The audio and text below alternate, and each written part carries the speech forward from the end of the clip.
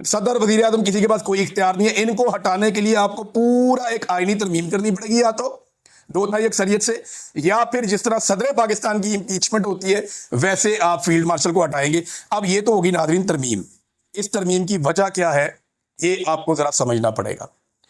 Number एक, इसकी वजह यह है कि आसिम मुनीर साहब को पूरा यकीन है कि इमरान खान वापस आ रहा है।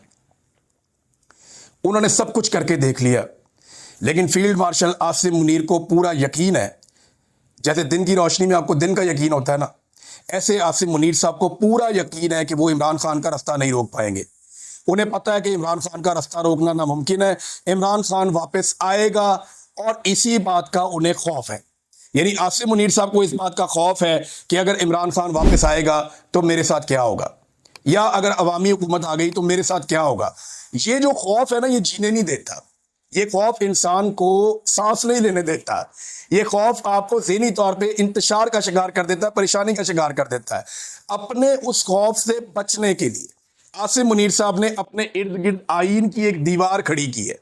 इसको आप समझ लें, सिंपल कर लें। आसिम मुनीर साहब को इस बात पे पूरा ईमान है उनका, और उन्हें इस बात का पता है कि हर हाल में इमरान खान ने वापस आना है, और आसिम मुनीर साहब की बस हो गई है। उन्हें पता चल गया कि इस आदमी का रास्ता नहीं रोका जा सकता। ये प्रेशर आना ही आना है। अभी ये ट्रंप के बलबूते पे थोड़ा पाकिस्तान की हुकूमत और एस्टेब्लिशमेंट उछल कूद कर रही है, लेकिन बड़ी जल्दी ये भी बंद हो जाएगी। ट्रंप इनका चेजा लगा रहा है, वो मैं आपको बताऊंगा किसी और वीलॉग में वो उनके साथ कैसे खेल रहा है, वो आपको बाद में बताते हैं। लेकिन ये बात आप जहन में रख लें कि आसिम मुनीर साहब डरे हुए हैं इमरान खान से। उनको पता है कि ये बंदा आ गया या अवामी हुकूमत आ गई तो हमने जो कुछ कर छोड़ा इस मुल्क के साथ, उसका खुमियाजा हमें भुगतना पड़ेगा। ये जो कुछ हमने इस मुल्क के साथ किया है, इस मुल्क के लोग और इसका कानून हमसे पूछेगा। अब उन कवानीन से बचने के लिए या उन चीजों से बचने के लिए एक तरीकाकार इख्तियार किया गया है कि एक आईनी दीवार खड़ी की गई है अपने इर्द गिर्द।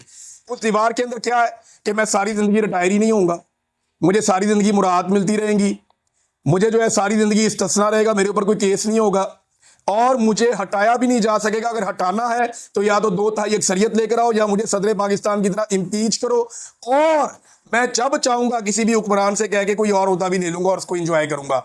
ये है आईनी तरमीम 27वीं में आर्मी चीफ की हद तक चीजें।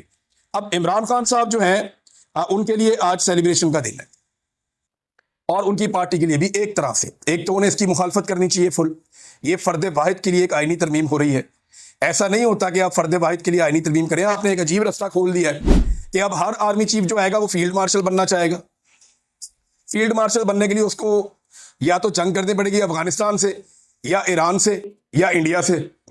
चाइना से तो हम जंग लड़ नहीं सकते, तो या वो इंडिया से आके जंग करेगा, या अफगानिस्तान से करेगा, या वो ईरान से करेगा। फिर मीडिया के अंदर अपनी बल्ले बल्ले करवाएगा, और उसके बाद जनाब वो अपने आप को फील्ड मार्शल बना लेगा। जब वो फील्ड मार्शल बन जाएगा तो यही सारा कुछ उसको भी मिल जाएगा। देखिए ना, आपने हर आर्मी चीफ के लिए रास्ता खोल दिया कि जब वो आए तो उसको फौरी तौर पे फील्ड मार्शल बनने के लिए एक जंग करनी होगी, और वो जंग में उतर जाएगा कौम को लेकर कि भाई मैं तो फील्ड मार्शल बनना चाहता हूं। आर्मी चीफ तो इतना रह गया है, फील्ड मार्शल तो इतना बड़ा है।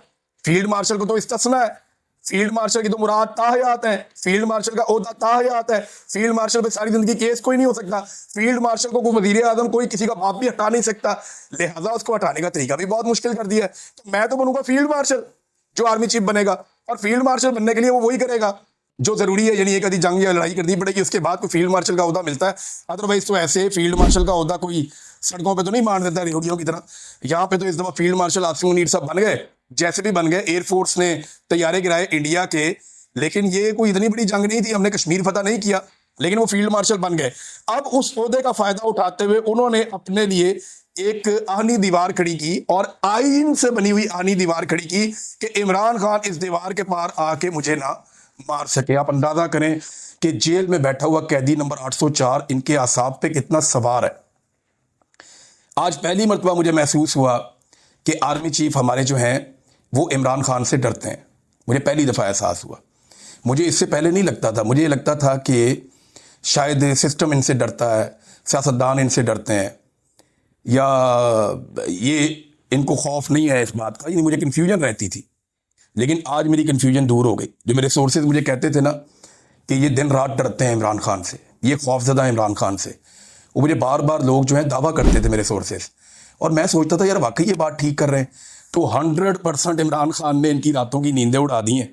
इन्हें समझ नहीं आ रही कि इस आदमी से बचना कैसे है, क्योंकि उसके साथ अवाम की ताकत है। और सबसे बड़ी बात यह है कि अल्लाह रब्बुल इज़्ज़त उसकी मदद कर रहा है और उसकी इज़्ज़त में इजाफा कर रहा है, लोगों के दिलों में उसके लिए प्यार डाल रहा है। अब मैं एक चीज़ आपको और बताऊं, जितने भी लोग आज तक ताकतवर हुए हैं ना, वैसे पूरी तरमीम में अवाम के लिए कुछ नहीं है।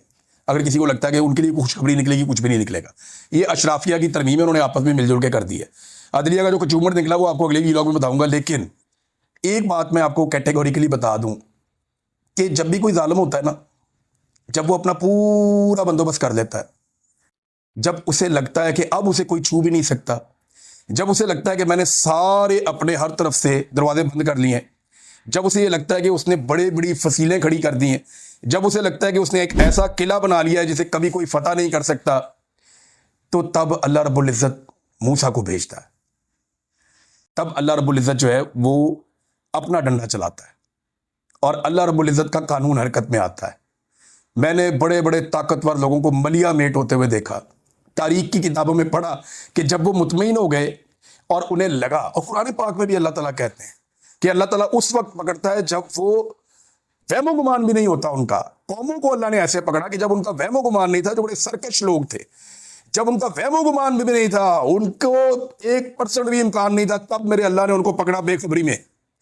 तो बेखबरी कब होती है? जब आप मुतमईन हो जाते हैं। अब इतने सारे इक़दाम करके ये निज़ाम मुतमईन हो जाएगा कि इमरान खान हमारा कुछ नहीं बिगाड़ सकता।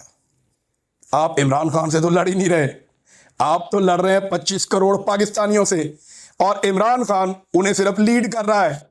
लड़ाई तो आपकी 25 करोड़ पाकिस्तानियों से है, और लड़ाई आपकी अल्लाह रब्बुल इज़्ज़त के असूल और कानून और ज़ाब्ते के साथ है कि आप जुल्म कर रहे हैं, जबर कर रहे हैं, फस्तायत कर रहे हैं, आप माओं और बेटियों को परेशान कर रहे हैं, आप चादर और चार दीवारी का तकद्दुस पामाल कर रहे हैं।